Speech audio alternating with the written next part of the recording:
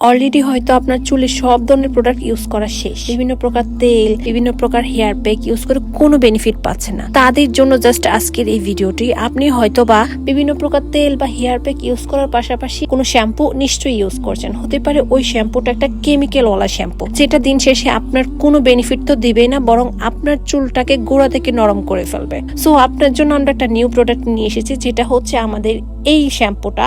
আমাদের এই শ্যাম্পুটা সম্পূর্ণ কেমিক্যাল ফ্রি এবং সালফেট ফ্রি। আমরা কিন্তু এই শ্যাম্পুটা শ্যাম্পু বেস দিয়ে তৈরি করি না, এটা সম্পূর্ণ ন্যাচারালি একটা প্রসেসে তৈরি করা হয়। ফলে এই শ্যাম্পুটা আপনি প্রথমবার ওয়াশে ফিল করতে পারবেন আপনার চুলটা কত বেশি সফট হয়েছে।